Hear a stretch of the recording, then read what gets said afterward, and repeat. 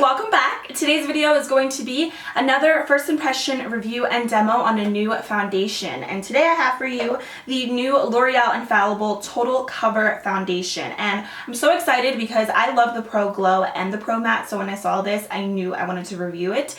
L'Oreal was actually kind enough to send this to me. I do get their PR packages, but this video is not sponsored. They're not paying me to do this video. I was actually going to purchase it myself because I saw everybody talking about this, and since I love the other L'Oreal foundation so much, I figured this would be really good, so we shall see. Just a quick reference, if you were curious, my skin is combo, so usually my T-zone, like my forehead, my cheeks, like around here, my chin, that gets really oily, and then the rest of my face is pretty normal to dry sometimes. It depends on the weather and the type of products that I'm using and stuff, so just in case you're wondering. Okay, so I'm on their website right now, and my case is from Amazon if you're curious. So this foundation retails for $12.99, and you can get this at a lot of different drugstores. Some people even said you can find this at Bed Bath & Beyond, which that's super random. I personally have not seen it there myself. I didn't even know they had makeup there, to be honest. This comes in a total of 12 different shades, which is pretty average for a drugstore foundation. And this says you get 24 hours of full coverage with a lightweight feel and a natural finish. So it supposedly covers up dark spots, blemishes, scars, hyperpigmentation for a flawless complexion.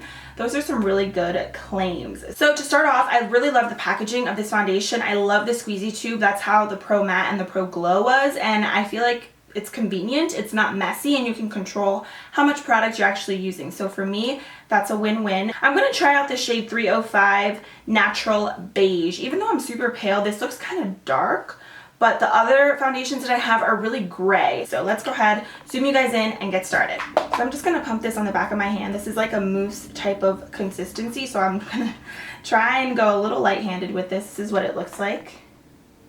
So it looks very thick, just squeezing it out of the tube. Oh yeah, this feels very thick. I don't know how this color is gonna match, to be honest. It seems very gray on the skin. Like, that color doesn't even look like it looks in the tube.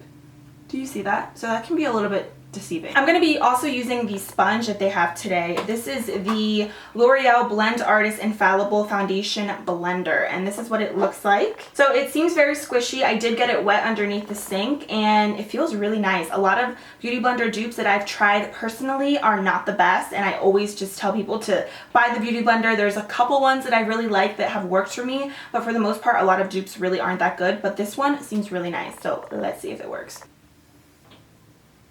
Okay, maybe the color does match me, actually. The sponge seems really nice, very bouncy. Blend it out very easily. This supposedly, like I said, it gives a natural finish.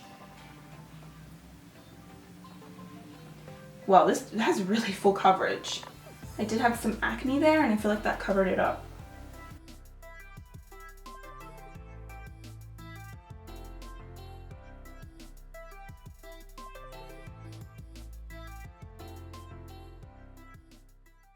Okay, I'm super impressed with the coverage of this foundation. The only thing is, like, even though I feel like the color matches me, it's very like grayish, like ashy looking on the face a little bit.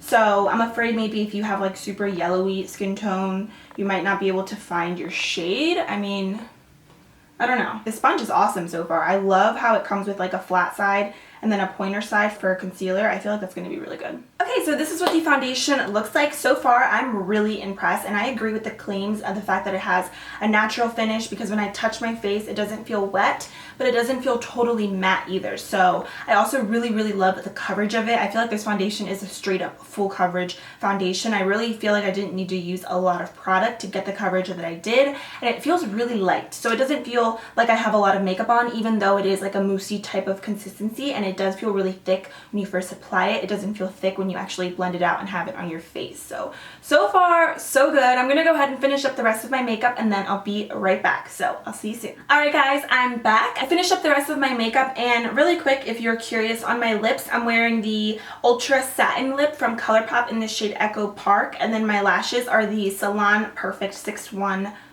So this is what the foundation looks like right now. I'm really loving it. Everything that I applied over top of it my blush, my bronzer, my highlight, everything went on super smooth. I had no issues. And I do want to mention that I did set my foundation with the RCMA No Color Powder. I just dusted a little bit of this on because I find that whenever I set my face, it makes everything else that I apply over top go on a lot more smooth and just look way more flawless. I also wanted to give a huge shout out to this sponge because I blended out my concealer with this and I set my under eye with this sponge, and it literally is so squishy and soft. It feels like a beauty blender. It blended everything out like the original beauty blender, and I love how it comes with like a flat side and a pointed side because I think that's perfect. The flat side for foundation, the pointed side for concealer. So it's kind of like a 2-in-1 sponge. So it's really, really convenient. So A+ for this so far. I give the foundation an A so far, but my opinion can change. So right now it is approximately 1:20 p.m. I'm just gonna go about my day, get some things done, and I'll see you guys in a few hours for a check-in, and we'll see how the foundation wears. So I'll see you soon. Hey guys, I'm back for my check-in of the night. I'm probably gonna do another one because I'm not planning on taking off my makeup anytime soon. But right now it is 7:49 p.m. So I've had the foundation on for like a little over 6 hours at this point, and you can see I am basically a grease ball right now. Like my skin is so oily, especially my T-zone. That's the main oil spot on my face, which I kind of predicted that usually happens with a lot of my foundations because I didn't use a mattifying primer in those areas. I didn't use any primer. I didn't set my face with a setting spray, so this is like bound to happen. So what I'm gonna go ahead and do is just touch up and blot my face. I actually ran out of blotting sheets, so I'm just gonna use some good old toilet paper, and I'm just going to take a little bit and just blot my forehead. The foundation still feels very lightweight though. Doesn't feel like I have a lot of makeup on, but it definitely is super, super oily on these areas. It looks very gross, but you can see I have all the makeup on the paper right here. I'm going to just take a little bit more of the RCMA No Color Powder, and I'm going to be using this powder brush from Vanity Planet, and I'm just going to go ahead and just set my face. So that is what the foundation looks like after I touched up. I'm going to come back in a couple more hours and I'll let you guys know my final review and thought on the foundation, and I'll let you know if I recommend it or not. So I'll see you very soon. Hey guys, I'm back for my last and final check-in. Right now it is 10:09, so it's been around 2 hours since my last one, and as you can see, I'm already really oily again. You can see lots of oil peeking through, especially on my T-zone, just within that 2-hour time period of my last check-in. So I'm like 50-50 with this foundation. Like, I'm on the fence about it. I really love the coverage. I love the finish of it, and I love how it settled into my skin. However, I don't like how oily it made me throughout the day.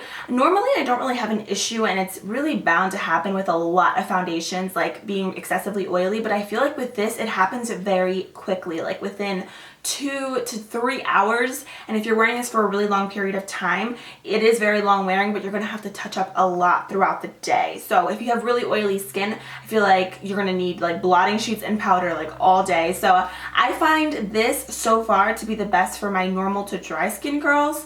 I feel like it's gonna look the best, settle the best, and you're not gonna have to touch up constantly like so much throughout the day. I'm gonna obviously continue to use this with different primers, and I feel like maybe with a mattifying primer, this is gonna like hold up so much better and not be as oily, and I'll let you guys know how it wears. But again, I'm like on the fence about it, so my review of this so far is like 50-50, but I'll keep you posted in the future when I use it with different products. So that does complete this video. I really hope you guys enjoyed it. Hopefully it was helpful. Let me know if you've tried this down below in the comments. Thank you so much for watching. I love you guys, and I'll see you soon. Bye!